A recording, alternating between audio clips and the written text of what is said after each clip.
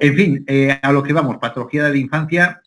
Primero vamos a hablar de la dermatitis atópica, que ya lo tocamos en el webinario que hicimos de dudas y preguntas, pero ahora vamos a dar algún pequeño dato más, ¿no? Porque es muy recurrente las preguntas que me hacéis sobre dermatitis atópicas. También es cierto que es un problema que es muy frecuente, ya veis que afecta pues al 20% de los niños y al 3% de los adultos. Es muchísimo más frecuente en niños y el 60% de los casos de dermatitis empiezan en los menores de 1 año. Como veis la foto de este prenda aquí, el pobrecillo que tiene que tener unos picores que hasta el carnet de identidad le pica al pobre niño, ¿no? Y el 85% de los casos comienzan en los menores de 5 años, ¿no? La intensidad suele ser leve, menos mal, gracias a Dios es una intensidad leve, no es una intensidad fuerte, y sí que hay un 2% de intensidad severa, que es un problema. Son problemas porque realmente son críos pequeños que los ves sufrir y muchas veces te ves impotente porque no puedes hacer nada y a veces incluso los corticoides no les responde como le tienen que responder, con lo cual pues tienes un problema. Por cierto, que con el aloe vera muchas veces se responde mejor que con los corticoides este tipo de patología como la dermatitis atópica. No con esto quiero decir que el corticoide sea execrable, sino que puntualmente nos puede ayudar también al tratamiento de este tipo de patologías, ¿no? Los lactantes tienen cierta diferencia con la edad infantil en los síntomas, sobre todo en la aparición. Daos cuenta que el 85%, como hemos comentado, comienza en menores de 5 años y el 60% en menores de 1 año, ¿no? Pues lactantes hasta 1 año, hasta los 5 meses de vida, es donde más se presenta es en la cara, como el niño de la foto anteriormente. No se presenta alrededor de los ojos, sino que se presenta en la carita, en la nariz y en la boca. Y la forma de presentarse son placas rojas, con picor, picor, picor y picor, placas rojas. Entonces, ¿cómo vemos que el lactante, el niño, se intenta rascar porque aún no tiene una coordinación correcta, pero está lloroso, está muy quejumbroso, está rabioso y está incómodo, ¿no? Y se intenta rascar con las manos. Cuando ya empieza, al principio se dan manotazos y luego ya es un ademán de rascado claro. La edad infantil, de los 12 a los 12 años, pues ya va cambiando la presentación. Ahí ya sí que se presenta alrededor de los ojos, sigue presentándose alrededor de la boca y sobre todo se presenta en flexuras. En zona de flexión, en la parte anterior de la flexión del codo y en la parte posterior de la flexión de las rodillas, en el hueco poplíteo. Entonces, estas zonas son delicadas, ¿por qué? Porque cuando se tratan con corticoides de forma sistemática, como lo estamos tratando desgraciadamente en atención primaria, porque vamos muchas veces al síntoma, entonces suelen quedar unas placas blancas. El problema del corticoide es que a veces puede tener como efecto secundario que hay una despigmentación de la piel donde estamos aplicando ese corticoide. Entonces, en flexuras, pues a veces te encuentras que tienes una criatura con 8 o 9 años que ya tiene sus placas blancas que le hemos generado por aportar mucho corticoide y ahí a quien ya no se pueden quitar. Es un gran problema. Entonces, la forma que se presenta es en exudación, en costras, y luego se queda esa liquenificación, es decir, un endurecimiento de esa piel, o la zona perioral también, se suele quedar una zona muy, muy endurecida, una piel fea, ¿no? Por eso es importante tratarla, no dar pie a que precise un abuso de los corticoides y no dar pie a que esa piel se endurezca por la gran agresión que supone una dermatitis atópica para una criatura, ¿no? Las causas, pues realmente son un poquito inciertas. Se habla de genética. ¿Por qué? Porque cuando hay padres que tienen dermatitis atópica, en los niños hay más posibilidad, más probabilidad de padecer esta desgraciada enfermedad. Influye el clima, por ejemplo, es más frecuente cuando hay zonas frías o en zonas industriales más contaminadas que favorecen eso, su aparición, ¿no? No son causa, pero sí son factores desencadenantes que pueden empeorar, ¿no? Empeorar y generar brotes. Entonces, por ejemplo, ya que pongo aquí una pequeña cuña, en los niños que tengan dermatitis atópica, lo ideal en el dormitorio, atendiendo a esto del frío y las zonas secas, pues es importante que tengan de 18 a 22 grados de temperatura estable y que tengan un 40-60% de humedad. Las alergias alimentarias no se sabe si son causa o son desencadenantes. Yo, desde mi punto de vista, por la experiencia que tengo, muchas veces son causa, porque tú corriges esas alergias alimentarias o esas intolerancias alimentarias y desaparece per secula seculorum la dermatitis atópica. Está desde mi práctica clínica, no tengo un estudio estadístico que lo corrobore, pero desde mi práctica clínica sí que se asocia muchísimo a intolerancias alimentarias y alergias alimentarias. Desde luego, piel seca, cuanto más seca es la piel, más posibilidades de tener una crisis, un brote o que se perpetúe esa dermatitis atópica, una falta de sueño, un mal sueño, un sueño no reparador que tiene un compromiso del sistema nervioso, también empeora. Sobre todo esto en adultos lo podemos ver muy claramente. En un adulto, de ese 1 al 3% que he dicho de adultos que tienen dermatitis atópica, pues cuando tienen una temporada de estrés, de tensión emocional, que no duermen, pues tienen sus buenos brotes y sus buenas erupciones, ¿no? También el contacto con tejidos, como puede ser la lana o el nylon, pueden desencadenar esos brotes. Pero claro, estamos hablando de factores desencadenantes, insisto, sobre la base incierta de la causa, sobre las dudas que hay, desde mi punto de vista, la alimentación es determinante, tanto para la aparición como para la progresión, ¿no? Cuando hablamos de sequedad de la piel, ¿qué ocasiona? Cuanto más seca está la piel, más tendencia a aparecer brote. Y cuando aparece un brote, el brote aparece sobre una piel seca, lo cual, por doble motivo, ocasiona un picor intenso. Y ese picor intenso pues, puede ocasionar que los niños, ya digo, desde bebés, se rascan. ¿Por qué? Porque pica. Entonces, ese rascado genera una irritación. Y claro, y los niños no se rascan con una pluma, se rascan con unos dedos que, como son niños, están llenos de porquería. Es que es lógico, no puedes tener a un niño en una burbuja de plástico. Entonces ocurre una sobreinfección, sobre todo una sobreinfección con Staphylococcus aureus, que esto entronca con el impétigo. Ya lo veremos, la siguiente patología es el impétigo, pues podemos tener una infección, un impétigo sobre una dermatitis atópica. Esto es muy importante controlar. ¿Veis la foto de esta pobre criatura que he puesto? Son zonas, placas de dermatitis atópica infectadas por el rascado y con lesión auténtica de rascado. ¿Qué podemos hacer? Tratamiento. Pues mirad, en primer lugar, por lo que estamos comentando de alimentación. Una dieta libre de alergenos. Yo en un principio sería muy virulento con el consejo, ¿no? Muy taxativo.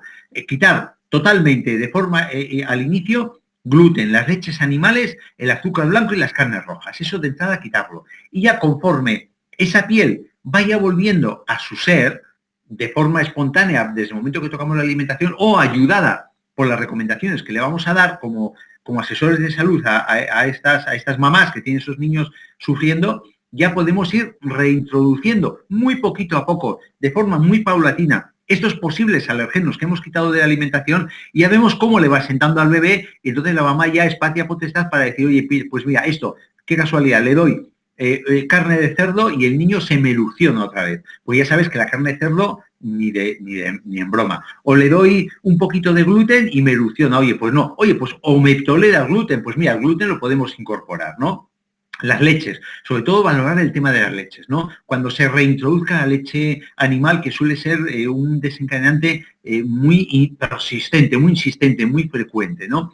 ¿Qué le podemos dar? Pues como estamos hablando, cuando hablamos de que los alergenos a través de la alimentación pueden provocar esto, estamos hablando de una alteración del equilibrio de la probiota con las células del intestino. Entonces, podemos hablar de un síndrome de permeabilidad intestinal, con lo cual hay que intentar corregirlo. ¿Cómo? ¿Cómo podemos nosotros corregir eso? De dos formas. Una, aportando los probióticos que tiene que tener el organismo, que tiene que tener el aparato digestivo.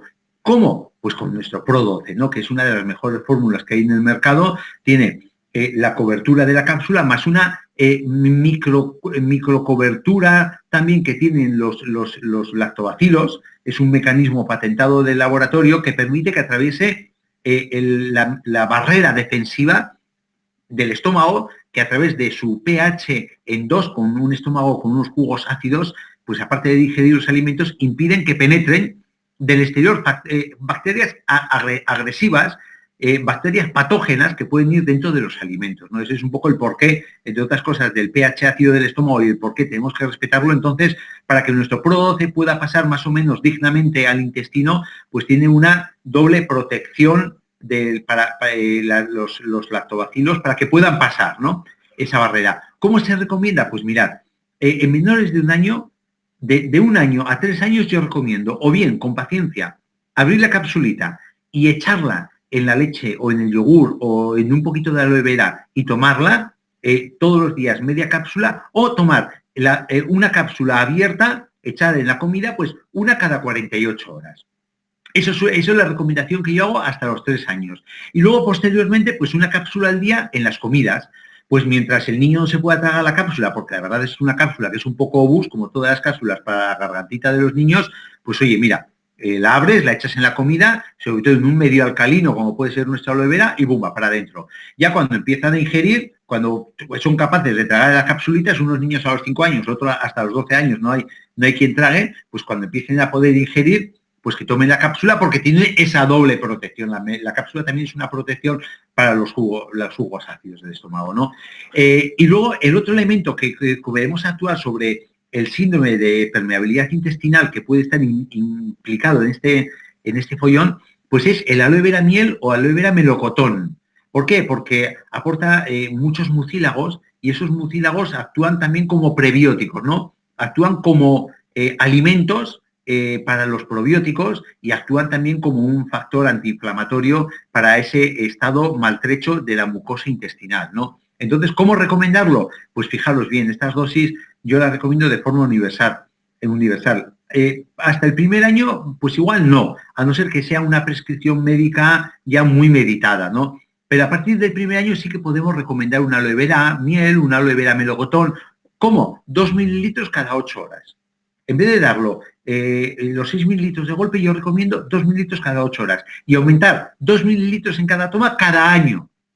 Es decir, cuando un niño tenga 1 año, del año al 2 años, pues 2 mililitros cada 8 horas. De 2 a 3 años, pues ya meter 4 mililitros cada 8 horas. De 3 a 4 años, pues ya metemos 6 mililitros cada 8 horas. Así es, hasta llegar a la pauta de 90 mililitros, que es la recomendación que tenemos con el aloe vera. Sin miedo, sin problema, a no ser que haya una sensibilidad específica para el aloe vera, es decir, una alergia. ¿A qué me refiero con esto? Yo he visto, desde que soy en la empresa, 2 casos de posible alergia. 2 casos. Y los he visto recientemente. ¿Qué significa esto? Que la manzanilla, que sienta bien a todo el mundo, igual tienes una persona que es alérgica y esa persona es veneno. Pues es susceptible. Cualquier elemento que podamos meter por la boca, hay una susceptibilidad de generar una alergia. Lo vamos a ver cómo se demuestra el movimiento andando. Lo vamos a ver tomándolo. Entonces, hasta que no lo tomemos, no podemos prevenir, no podemos saber, ¿no? Entonces, salvo eso, el aloe vera tiene que caer bien a todo el mundo. No debería haber una causa, salvo una alergia, para justificar que caiga mal, ¿no?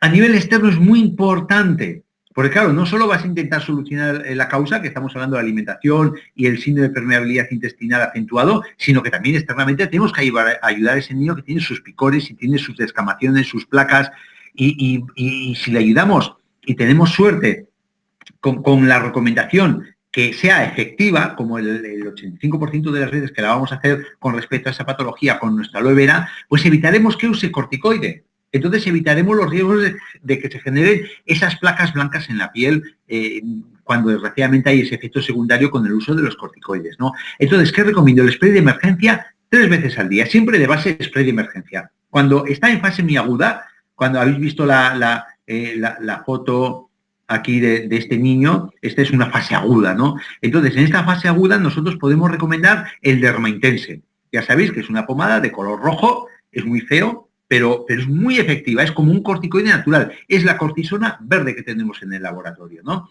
Y cuando ya la fase aguda vaya pasando a una fase un poquito más crónica, que no sean las lesiones tan abiertas, pues ya podemos meter el Propolis. Y sobre todo, si hay riesgo de infección. Si vemos que aún sigue picando y el niño tiene rascado, pues metemos el Propolis, porque estamos metiendo un 79% de aloe vera regenerador y a la vez estamos controlando con el propóleo y con el aceite esencial del árbol del té que lleva, estamos evitando una sobreinfección por el rascado, ¿no?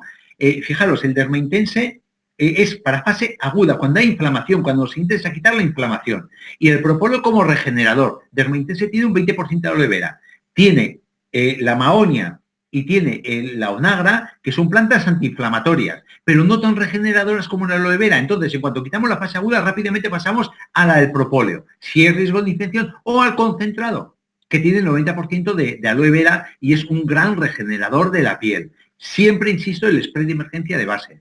Entonces, con esto ya tocaríamos, y es en lo que más me he extendido, porque es una de las patologías que más me estáis consultando para tratar en los niños, ¿no? Segundo lugar, el limpético. ¿Qué es el limpético? El limpético es la infección. Es una piel infectada. Entonces, causas de infección de la piel hay muchas, ¿no? Pero yo me refiero a la piel infectada. Cuando veis la foto, estas fotos, todo el mundo ha visto en su vida un niño con limpético. Es que es muy típico el limpético. Además, el limpético, este tipo de infección, es muy típico en niños, sobre todo en niños de 2 a 5 años. Es uno de los factores de riesgo, ¿no? La edad de 2 a 5 años. Ahí hay una altísima incidencia del limpético, que es, insisto, la infección de la piel. Es muy contagiosa, porque estas llagas, ¿veis? Las llagas que aparecen en la cara, alrededor de la nariz, alrededor de la boca, o en las manos, o en los pies, son llagas que se abren y supuran. Entonces, esa es la fase de contagio. Lo mismo que cuando tenemos una varicela, las ampollitas, cuando se abren, ahí está el maldito virus contaminando, contagiando. Pues el limpético es lo mismo. Estas llaguitas se abren, supuran y están supurando bacterias, Streptococcus aureus, estafilococo, que son las que se encargan de transmitir la enfermedad a otros niños, ¿cómo? Con el contacto. Fijaros dónde aparecen. Aparecen en la carita, aparecen en la mano, en la nariz, en los pies. Pues ya podéis imaginar de dónde vienen estas infecciones. Pues un niño que está descubriendo el mundo, que está investigando, que toca todo lo bueno y lo malo, pues puede tocar bacterias, se rasca un poquito y ya se la ha contagiado. Si tiene la mala suerte de tener una predisposición en la piel, porque tenga alguna pequeña herida en la piel, o que tenga la piel más debilitada en ese momento, o que tenga las defensas un poquito más bajas en ese momento, o que haya mucha porquería donde ha metido la mano, que eso no vas a estar encima como un policía a ver dónde mete la mano un niño, dónde no la metes. ¿No? Los niños tienen que tener experiencias de contacto con la vida y con la naturaleza. Entonces, insisto, no podemos meternos en una urna, porque si lo metemos en una burbuja de plástico, los haremos hiperalérgicos. Acordaros del tema. El niño tiene que trastear y tiene que tener limpéticos, pues porque tenemos tratamientos para quitarlos. Y es un sinónimo de que el niño está experienciando la vida, ¿no? Entonces, que me voy a, como siempre sabéis que empiezo por A y acabo en Z. Se generan estas cosas de color miel y estas costritas que tiene este bebé alrededor de la boca son las que son contagiosas y son las que tenemos que tratar. Los factores de riesgo, ya digo, altísima incidencia de 2 a 5 años. ¿En qué condiciones? En hacinamiento o convivencias cerradas como las guarderías o las escuelas. Lo que estamos comentando, hay muchos niños, con que hay un niño con limpético, como se contagie con el contacto, pues un niño le toca la mano o le toca el pie o le toca la boca y luego se toca a él y ya tenemos el contagio puesto en la piel. Luego, el tiempo caluroso y el tiempo húmedo, por ejemplo, en verano, es muy típico para que haya mayor incidencia de impétigos, de infecciones de la piel. Los deportes de contacto con la piel. También, ¿sabéis dónde lo veo yo mucho? Debajo del bañador. En verano, en las playas contaminadas. Ahí aparece debajo del bañador. ¿Por qué? Porque se queda, igual tú te metes a la playa, ¿no? Que aparentemente está limpia. Vale, pues imagínate, ya sabéis todos, en las zonas de playa, que el emisario es un tubo muy grande que sale de las ciudades y se mete 5 kilómetros al interior del mar y cuando no hay una depuradora, evacua todas las deyecciones de los habitantes de una ciudad. Hoy en día ya hay depuradoras, pero aún hay pueblos de costa, sobre todo pueblos pequeñitos de costa, primero, que económicamente no pueden abordar una depuradora y segundo, que no tienen la infraestructura para poderla plantear, ¿no? Entonces, el emisario vierte sus cacas, sus deyecciones, sus pipís, 5 kilómetros mar adentro, pero muchas veces los emisarios están rotos.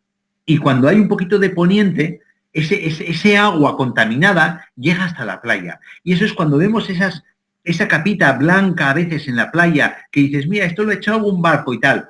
Acerca la nariz. Ya veréis como en más de una ocasión huelen a caca. Vamos, yo digo la experiencia mía como pediatra en mi pueblecito, en la Rábita Albuñol. Es que te acercas y huelen a caca. Es que son restos de las deyecciones de la gente del pueblo, que las ha traído el mar. Entonces, se meten los niños ahí, luego, vale, sacas, los duchas, te limpias la mano, te limpias los pies, la cara, pero igual en el bañador no acaba de aclararse el agua y se quedan esas bacterias dentro del bañador, se maceran con el agua húmeda y aparecen las típicas manchas, lo que habéis visto, ¿no? color miel en el culete o en las partes genitales. Eso es muy peligroso y eso hay que tratarlo rápidamente, ¿no? También es cierto que en las pieles que están lastimadas o más predispuestas es más fácil que aparezcan estas lesiones, ¿no? Vuelvo a poner la imagen para que veáis la imagen impetigosa, ¿no? El impétigo. ¿Cómo podemos actuar con eso? Primero, prevención. Tenemos que enjuagar la herida muy bien, con agua y jabón cuando tengamos esta herida. La ropa, ya hemos dicho que se transmite por contacto, lavar la ropa, las sábanas, los enseres utilizados por el niño diariamente y por separado del resto de los niños de la casa o de los adultos, ¿no? Hay que aplicar las cremas que vamos a aplicar, intentar aplicarlas con guante, para que no seamos nosotros vectores transmisores por haberlo aplicado directamente con las manos. A los niños tenemos que cortarle las uñas, a los pacientes, a los niños. ¿Para qué? Para que no se lesionen más cuando se rasquen y para que debajo de las uñas no transmitan más bacterias que puedan recontaminar y puedan reinfectar esa lesión, ¿no? Y sobre todo, el lavado de manos 20 veces al día, pues igual son pocas las que os digo. Lavar de manos con frecuencia, con el gel de manos de la gama Microsilver. Ya sabéis que la plata es bactericida y bacteriostático. La plata revienta las bacterias físicamente, rompe su membrana y las hace inhábiles, se mueren las bacterias. Entonces, el gel de manos de la gama Microsilver, la base hasta que la mano se despelleje.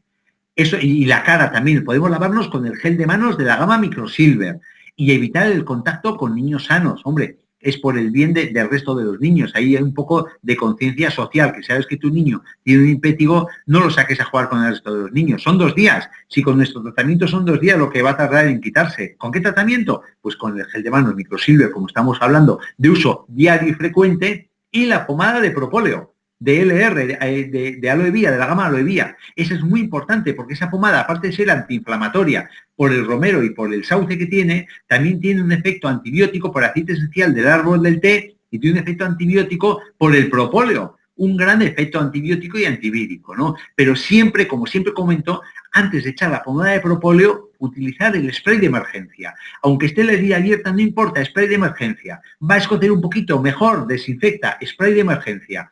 Además, el spray de emergencia lleva, dentro de esas 11 plantas, lleva otras plantas, como el tomillo, lleva plantas como el eucalipto, que son también, actúan sobre las bacterias, actúan sobre la infección. Entonces, spray de emergencia 3 o 4 veces al día, la pomada de propóleo 3 o 4 veces al día. Cuando aparecen en la cabeza, echar también la pomada de propóleo en la cabeza y luego lavarse con el champú anticaspa Microsilver. Siempre, aunque sea para anticaspa, no importa, pero os lo recomiendo por la microplata que lleva, por la plata. Siempre dejar en la cabeza, hacer un primer enjuague, o sea, echarse el champú y dejar actuar 5 minutos en la cabeza y aclarar. Y luego lavar con nuestro champú de aloe vera. Y lo mismo, dejar 5 minutos para que regenere. Primero estamos con el Microsilver matando bacterias y en segundo lugar estamos regenerando esa lesión. 5 minutos uno y 5 minutos otro y luego aclarar. Y luego, por último, ¿cómo estimulamos las defensas en los niños? Con calostro. El calostro es el mejor estimulador de defensas que tenemos nosotros a nuestra disposición. Entonces, es recomendable a partir del año el calostro. ¿Cómo? 1 mililitro en jarabe, hablo del calostro en jarabe porque en cápsula los niños no lo van a tomar, 1 mililitro cada 24 horas. Entonces, podemos subir, cada año subimos 1 mililitro. Perdón, cada 2 años subimos 1 mililitro más. Entonces, un niño de 1 año, de 1 a 2 años, le vamos a dar 1 mililitro. Un niño de 3 años le vamos a dar 2 mililitros. Vamos a ir subiendo paulatinamente. Si la agresión, la infección es muy grande, en vez de dar 1 mililitro cada 24 horas, podemos dar 1 mililitro cada 12 horas. No pasa nada, es un tiempo controlado, 1 mililitro cada 12 horas cuando el impétigo está en fase aguda y luego bajar 1 mililitro cada 24 horas, una semana más, hasta que se le quite. Es un estímulo de defensa, es una ayuda para que nuestro cuerpo luche contra el impétigo. Insisto, cada 2 años podemos subir 1 mililitro más. Luego, ¿qué más nos podemos encontrar? Cómo no, el cólico de lactante, un clásico dentro de los niños, ¿no? El dolor es muy típico en el cólico de lactante. No se sabe muy bien la causa, parece que está relacionada con una inmadurez del sistema digestivo, que le cuesta madurar. Cuando nacen los niños, como vosotros sabéis, pues el niño hasta el que no pasa un mes no ve, no centra la imagen. ¿Por qué? Porque está madurando el ojo. El sistema nervioso, el niño va cogiendo capacidades poco a poco a lo largo del primer año, conforme madura el sistema nervioso, pues lo mismo el aparato digestivo. Sale inmaduro y unos niños madura antes, otros niños madura más tarde, en unos niños esa maduración da más problemas y otros niños da menos problemas. Uno de esos problemas aparentemente es un cólico de lactante, que es un dolor que el niño se retuerce, se dobla como una alcayata y es de predominio vespertino, es decir, por la tarde-noche es cuando más aumenta. Y nos encontramos un llanto intenso sin causa aparente, un llanto incoercible, que no podemos calmar al niño con nada. Muchas veces ni acunándolo lo podemos calmar, ¿no? Y es muy típico que el niño empieza a engancharse a la teta, empieza a comer, está 3 minutos comiendo y suelta la teta rabioso y se empieza a estirar y a encoger, estirar a encoger. Pero el niño tiene hambre porque luego se intenta enganchar otra vez a la teta, pero otra vez la suelta. Eso es el cólico del lactante. Es del libro esa imagen que os he descrito, ¿no? Entonces, fijaros, se define técnicamente, lo definen en los libros de medicina como un episodio de llanto intenso y vigoroso, al menos 3 horas al día, que es un crimen, 3 horas al día un niño chillando, para el niño, para los padres y para los vecinos. 3 días a la semana y 3 semanas al mes. Aquí falta 3 semanas al mes. En un bebé sano y bien alimentado. Eso es un cólico de lactante, ¿no? Hay una cosa que se asocia, hay una cosa que se está empezando a ver. Si en la familia hay alergias, atopias, dermatitis atópica, o dolores abdominales asociados a que le cae mal algún alimento, como intolerancia a la lactosa, intolerancia al gluten o alergia alimentaria declarada, hay que sospechar una alergia alimentaria en el bebé. ¿Por qué? Porque lo que toma la mamá le pasa a través de la teta al bebé. Entonces hay esa predisposición ya genética y encima pues se puede agravar con lo que estamos metiendo. Entonces aquí la recomendación que tenemos que tener ante una sospecha de que sea también un problema de alergia alimentaria, no de maduración del aparato digestivo, es la dieta hipoalergénica de la madre. Es decir, cuando tengamos esa sospecha, tenemos que decir a la mamá, no tomes gluten, no tomes lácteos animales y no tomes carnes rojas. Evita esos alérgenos. ¿Qué pasa? ¿Que como no toma la mamá leche, la calidad de la leche del niño es menor? No, es un error. La leche que toma la mamá no es la leche que sale por la teta. La leche que toma la mamá se descompone en el aparato digestivo, se absorbe y se recompone otra leche diferente. No pasa nada. Podemos llevar una dieta equilibrada para tener una correcta alimentación de nuestro bebé a través de la teta, porque la teta, que sepáis que es el BBB, la triple B, bueno, bonito, barato, es lo mejor que le podemos dar al niño e incluso de forma exclusiva hasta que tenga 6 meses de edad. Le podemos dar solo teta, teta, teta, teta y teta. Y luego a partir de los 6 meses le podemos introducir una alimentación pautada, la que os recomienda el pediatra, pero seguir dando teta hasta los 2 años sin ningún tipo de problema. Tendremos un niño sano, fuerte y vigoroso. Entonces, luego también, ¿qué os recomiendo? El masajeo abdominal. Es un masajeo abdominal con el pulgar, siguiendo las agujas del reloj y usando, ¿qué? La protectora antirrozaduras. Claro, ahora surge aquí la controversia. Dices, pero Miguel, si la protectora antirrozaduras es para eso, para no tener rozaduras, sí, de acuerdo, pero no la recomiendo por la indicación terapéutica, sino por la composición. ¿A qué me refiero? Tiene magnolia, y la magnolia tiene un principio activo, que es el onaquiol, y el onaquiol es un relajante muscular. Entonces, si nosotros le hacemos un masaje con el pulgar en sentido de las agujas del reloj al bebé en todo el intestino, siguiendo el marco cólico, haciendo pequeños circulitos con el dedo, ¿veis? Hoy no veis. Ahora, con el pulgar, pequeños circulitos en el vientre, haciendo una pequeña presión y que la protectora antirrozaduras nos haga como si fuera un aceite para que se deslice el pie. Entonces vamos a tener, primero, el efecto relajante del masaje y segundo, el efecto relajante del onaquiol, de la magnolia, de la protectora antirrozaduras. Este masaje es hacerlo 5 minutos 3 veces al día y luego doblarle los piececitos, las piernas se le doblan sobre el pechito. Ya veréis como algunos niños empezarán a tirar gases como auténticas metralletas. Eso es bueno, eso es muy bueno. Y luego también el Pro 12, porque estamos hablando de una falta de madurez intestinal. Pues vamos a ayudarle a que madure un poquito. ¿Cómo? Media cápsula cada 24 horas dentro de la alimentación. Sí, quedaros.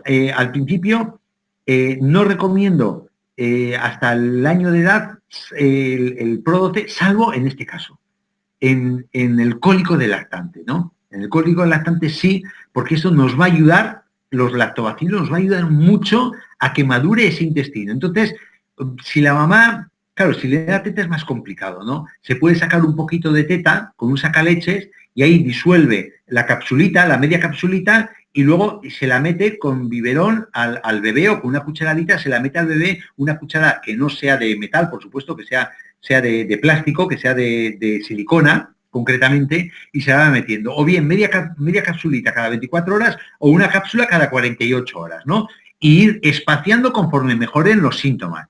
Estos síntomas, si hacemos las cosas con pericia, durarán un par de meses como mucho, o menos, mucho menos, por supuesto. De forma espontánea se van 2 o 3 meses, pero esto, si estamos haciendo bien las cosas, en una semana está controlado ese cólico del lactante, o al menos muy aminorado. Otra cosa que me comentan mucho las mamás es el tema, el tema de el nerviosismo. Vamos allá. Entonces, es muy diferente el nerviosismo que puede dar el cólico del lactante que el nerviosismo de un niño inquieto, un niño nervioso. Ya os he dicho, el cólico del lactante, el niño se encoge y se estira, se encoge y se estira, y muchas veces se algayata, y no hay manera de calmarlo. Este nerviosismo sí se puede calmar. Se le coge al niño, se la cuna en brazos, y el mismo latido del corazón cuando lo tienes con la cabecita pegada al pecho, eso le relaja, eso le calma, es un sedante natural. Entonces, el bebé, cuando está nervioso, se encuentra en estado de alerta, está muy movido, está inquieto, duerme mal y poco, y durante el día prácticamente no duerme, está irritable, irritación permanente, y puede tener alteraciones de la alimentación. ¿Qué puede ser? O muchas ganas de comer o pocas ganas de comer. Cualquiera de las dos síntomas puede ser debido a un nerviosismo. ¿Cómo podemos calmar? Desde luego no vamos a, por supuesto que lo vea el pediatra, como no nosotros no somos médicos, entonces una vez que lo ve el pediatra, con la recomendación que le haga mamá, la podemos complementar. La podemos complementar, ¿cómo? Con un Vitacid, con vitamina B. ¿Por qué? Porque la vitamina E es la vitamina del sistema nervioso. Es la vitamina del sistema nervioso. Entonces, ¿cómo la vamos a recomendar? Siempre mayores de 1 año. En el primer año podemos dar 1 mililitro e ir subiendo hasta los 3 años de forma paulatina, dependiendo un poquito del volumen del niño y tal, hasta 2,5 mililitros una sola toma al día. Y luego ir, a partir de los 3 años, el cuarto, quinto y sexto año, subir paulatinamente hasta quedarnos en 5 mililitros una toma al día. Eso sería la dosis que le podemos dar de Vitacid, pero siempre a partir del primer año de vida. Se podía dar antes, pero con bajo un estricto control médico. Yo, por ejemplo, sí que lo podía recomendar. Vosotros no es conveniente que recomendéis menor de 1 año. A partir del primer año, 1 mililitro al día. El Pro-12, la pauta que os he comentado antes, también ayuda mucho a estar relajado, a estar... ¿Por qué? Porque la flora, la microbiota está directamente relacionada con el estado de nervios, con la ansiedad, con el sistema nervioso central. Entonces, esto también nos puede ayudar. En el peor de los casos, que no le ayude, no le va a perjudicar al bebé. Tomar el Pro-12 en la posología que os he comentado antes, o media cápsula al día, o una cápsula cada 48 horas, abierta y metida en los alimentos, ¿no? Luego también es importante la posibilidad de un masaje en la planta de los pies. 1 o 2 veces al día, no ya en el vientre, en ese caso en la planta del pie, hacerle un masajito como si fuera una reflexología podal, con la protectora antirrozaduras, por el onaquiol que tiene, siempre le va a relajar, ¿no? Un masajito, 5 o 10 minutos, ya per se el masaje le va a relajar al bebé. Y luego tomar aloe vera miel. ¿Por qué? Porque la miel tiene un efecto relajante por la gran cantidad de minerales y de vitaminas, tiene un efecto relajante sobre los bebés la miel. A partir del primer año, por si acaso no generemos alguna alergia o algo por darle miel antes de tiempo, entonces a partir del primer año 2 mililitros cada 8 horas. Y luego ir subiendo cada año 2 mililitros en cada toma. 3 veces al día repartir la toma. Y luego el omega 3 también es conveniente. Claro, evidentemente un niño de 1, 2, 3, 4, 5 años incluso no se puede tomar la perla de omega 3, pero sí que podemos abrirla, escurrirla y echarla en la comida. O que el niño la chuparretee, que no va a querer, por supuesto, porque no va a querer. pero abrirla y echarle una cucharadita con un poquito de miel, eso le puede ayudar. Una perlita, cuando tenga un año, una perla al día, de un año a 2,5, una perla al día, y de ahí ya podemos subir, dependiendo de la situación, a 2 perlas al día para arriba, ¿no? Yo casi os recomendaría una perla al día hasta los 5 años, para más seguridad. ¿Qué más podemos encontrarnos con los bebés o los niños? Una bajada de defensas. Eso es muy típico, muy típico, muy típico, muy típico. Es el niño que se resfría una y otra y otra y otra. Que no para de tener mocos y no para de resfriarse. Entonces, sí que nosotros tenemos, para estas infecciones de repetición, un arma muy buena, que es el Cistus sincanus, que actúa sobre el sistema inmunitario y además actúa sobre el sistema inmunitario de vías respiratorias. Entonces, al principio, yo recomiendo un cuarto de infusión, hacer la infusión y un cuarto 3 veces al día, a partir del primer año. Y ahora podemos empezar con un poquito de miel para saborizarla un poco, incluso le podemos echar un poquito de menta para saborizarla, pero bueno, que ya tiene Cistus sincanus un poco de menta en su composición, ¿no? El aloe vera miel como reconstituyente. ¿Por qué? Porque hemos dicho que el aloe vera miel es un superalimento. Entonces, tiene minerales, tiene vitaminas, tiene aminoácidos y esa mezcla influye en levantar las defensas. El aloe vera miel levanta las defensas porque tiene principios activos que levantan las defensas, pero además por los aportes que tiene nutricionales levanta también las defensas. El Pro 12 es fundamental para las defensas. Siempre, siempre, siempre que queréis tocar en un niño las defensas, Pro 12. Siempre, dependiendo de la edad, lo que os he comentado, e incluso que queréis, en un niño de 12 años que queréis atacar fuerte a las defensas, 2 o 3 comprimidos al día, separados entre sí. El calostro es otra de las armas, como antes hemos comentado, que tenemos muy importantes para el sistema defensivo a nivel general. No solo ya vías respiratorias como el Cistus sincanus, sino a nivel general. Y el Vitactiv también por el aporte de vitamina B, que actúa como un reconstituyente para el sistema inmunitario, ¿no? Para las defensas. Y también nos podemos encontrar, no solo ya que baja las defensas, sino con un niño, hombre, no desnutrido, que haya que reconstituir, ¿no? Que haya que levantar, que haya que estimularlo un poquito en todos los aspectos, ¿no? Un niño pocho, decaído, un poquito canijo, que no te come. Hoy no vamos a encontrar una desnutrición, gracias a Dios no hay desnutriciones hoy en día en España. Esperemos que no, que no haya situaciones que nos tengamos que encontrar con desnutriciones, pero no hay. Entonces, claro, no vamos a encontrar una gran anemia o una carencia de vitamina C brutal, que un escorbuto, no, eso no lo vamos a encontrar. Nunca, nunca. Además, si hubiese, estaría identificado por el médico. Pero sí que nos podemos encontrar un pequeño retraso estaturoponderal de la talla, del peso en los percentiles, una pequeña disminución del peso, que el pediatra le dice a la mamá, oye, sí, tiene un pequeño retraso, pero vamos a observar, vamos a ver cómo evoluciona, porque no tengo un tratamiento específico para esto, no es de tratamiento, ¿no? Ahí estamos nosotros con nuestro consejo como asesores de salud. O también se ve en el comportamiento.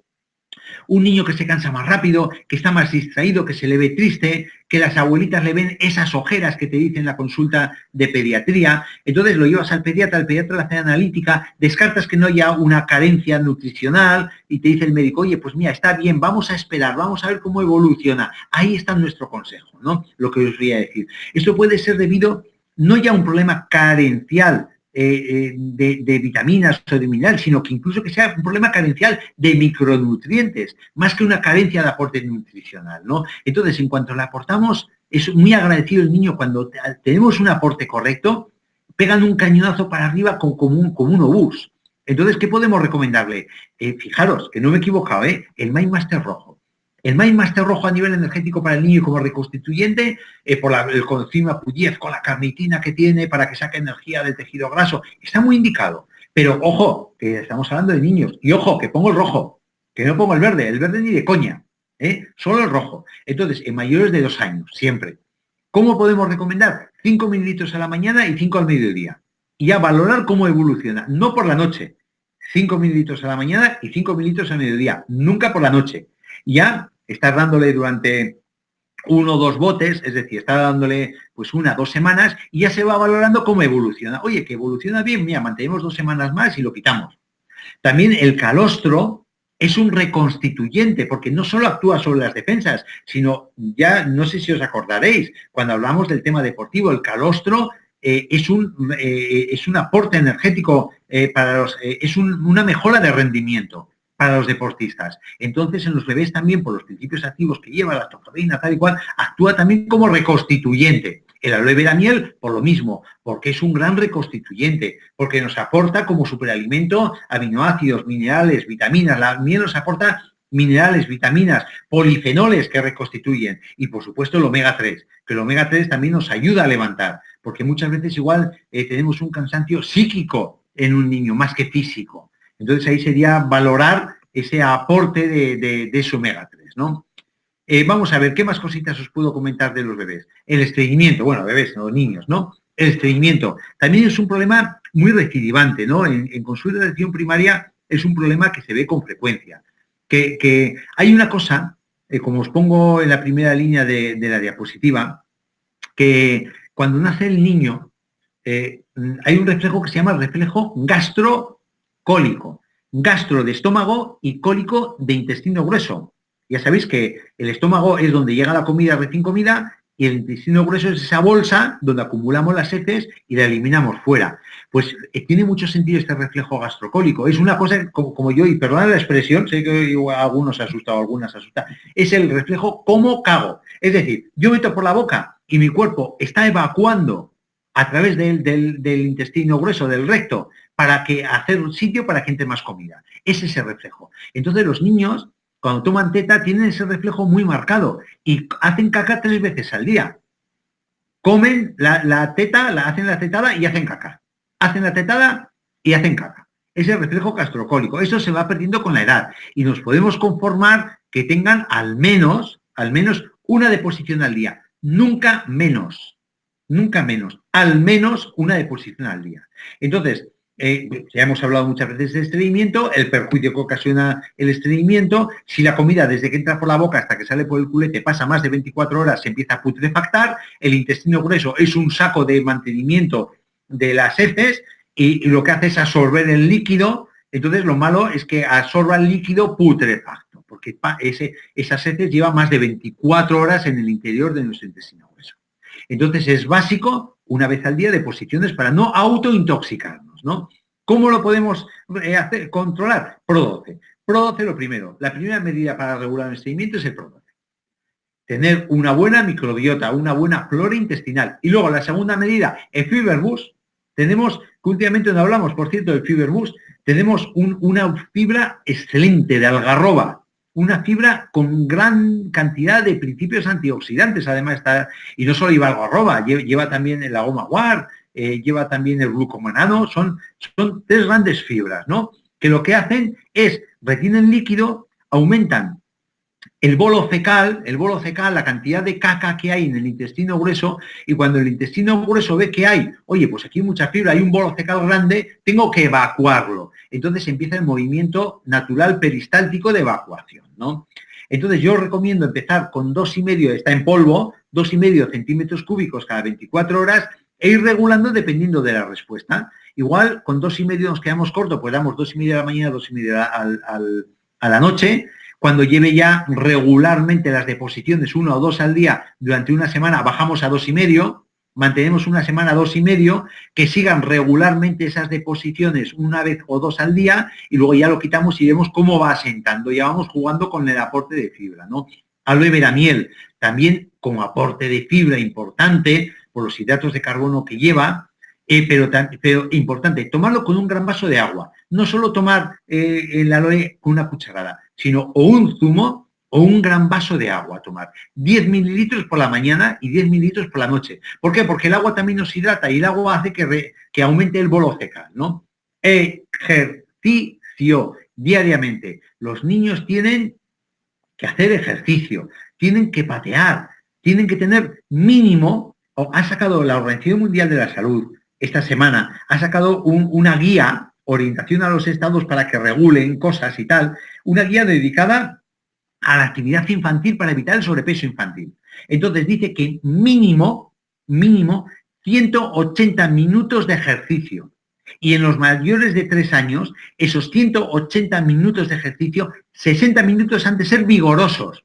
Eso no lo digo yo, lo dice la Organización Mundial de la Salud, en una de las guías que ha sacado recién salida al mercado, cuya función es informar a los estados para que regulen, para que hagan las cosas los ministerios de sanidad en este sentido que le está marcando la Organización Mundial de la Salud. Una primicia para vosotros. Masaje abdominal, siguiendo las agujas del reloj, lo que os he comentado antes con el cólico del lactante, esto mismo de cara al estreñimiento. Con la protectora antirrozaduras, un masajito siguiendo las agujas del reloj, con cierta presión en el vientre y para que va a ayudar a nuestro niño, tanto mayor como más pequeñito, a evacuar. Otra cosa muy importante, los dolores de rodilla. Los dolores de rodilla de crecimiento. Es una enfermedad que se llama Osgood-Schlatter. Sabéis que mi fuerte no son los idiomas, ¿verdad? Ahí tenéis el nombre. Entonces, ¿esto a qué es debido? Las rodillas de crecimiento. Es una tracción repetida del tendón del cuádriceps, del muslo, sobre un hueso inmaduro y que está en fase de crecimiento. Mirad el dibujo. Veis que aquí que la tibia, que es este hueso que tenemos aquí, esto es una rodilla, esto es la rótula y aquí tenemos el fémur. Como está en crecimiento, el hueso crece donde está aquí sin unir. Pero claro, está en crecimiento, entonces también crece hacia adelante. Esta zona que está como rota es normal en los niños, porque el hueso crece por aquí. Pero fijaros, el tendón del cuádriceps se une aquí. Entonces, claro, un niño que es movido, cuando pega un tirón, cuando pega un crecimiento que se le estira más la musculatura, entonces hay mucha más tracción sobre esta zona que está en crecimiento. Entonces duele. O sea, no es un dolor patológico, pero es un dolor que incapacita al niño en un momento dado. Es en niños de 11 a 13 años, sobre todo en varones. Y más, sobre todo, cuanto más actividad física tenga, pero que no hay que dejar de tener actividad física porque pueda tener un dolor de rodilla de crecimiento. Todo lo contrario. Cuando tenga el dolor de rodilla de crecimiento, paramos, le aplicamos nuestros tratamientos y que siga pateando luego. Es en la parte inferior de las rodillas donde duele, en la cabeza de la tibia, y se aprecia a veces una tumefacción, empeora con el movimiento y mejora con el reposo. ¿Cómo podemos tratarlo? Muy sencillo. En ese momento de crisis, aplicar frío, reposo. Una semanita con frío, reposo. ¿Qué podemos aplicarle nosotros para acelerar? Que en vez de una semanita sean 2 días. La crema MSS, hoy, perdón, ya estamos de... ¿Qué hora es? Si es que son las 8:30 y todo el día trabajando, agotado. La crema MSM al 50% con la termoloción, 3 veces al día sobre la zona dolorosa. Previamente el spray de emergencia, porque también el spray de emergencia tiene principios activos antiinflamatorios. Entonces vamos a actuar desde 2 ángulos diferentes con el tema de la inflamación sobre esta rodilla. Tened en cuenta que el MSM es metilsulfonilmetano, que es azufre y también nos aporta glucosaminoglicanos y colágeno, que actúan sobre la regeneración de esa lesión que puede ocasionar la tracción del tendón sobre una zona de hueso en crecimiento. También el aloe vera fridon en este caso. Dependiendo de la edad, claro, ya son niños de 11 a 13 años, ahí podemos aplicar hasta 90 mililitros cada 24 horas. Muy interesante, el aloe vera fridon, porque estamos aportando colágeno que le va a ayudar a regenerar esa lesión que puede generar la tracción sobre ese hueso inmaduro, ¿no? Y por último, el Vitactin, 5 mililitros cada 24 horas. La respuesta es muy buena con esto, con los dolores de rodilla de crecimiento, muy buena.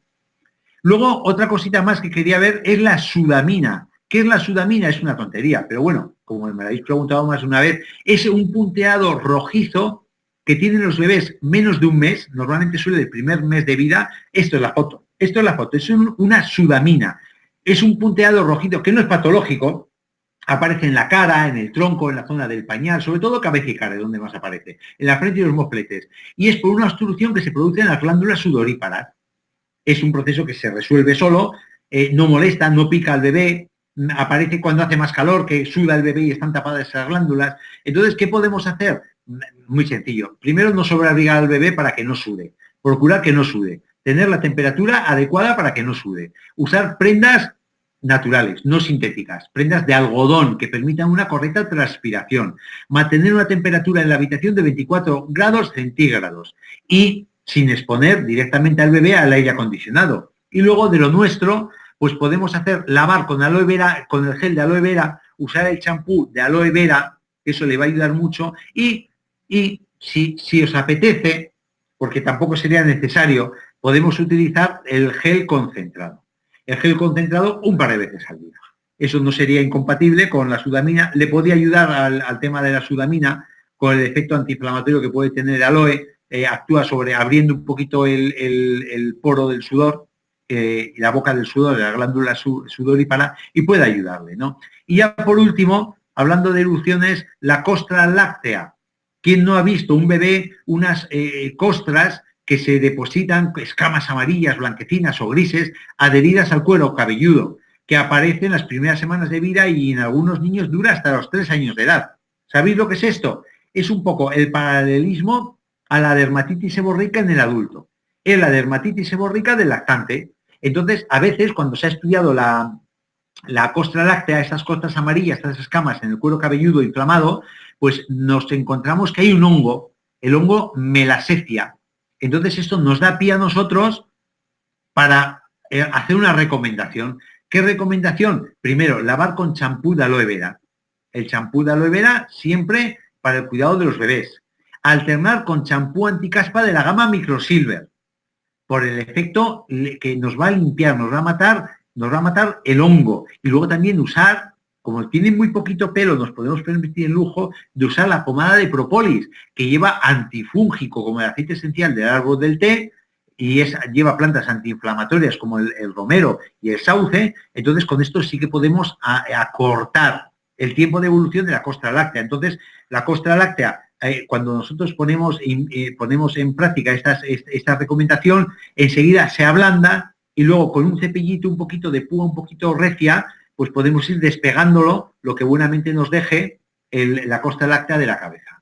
Entonces nos dura, no es mala, desde luego, no es mala, no hay ningún problema, pero bueno, estéticamente sí que evitas que todos los familiares te pregunten, ¿qué le pasa al niño? ¿Tiene la cabeza mal? ¿Sabéis?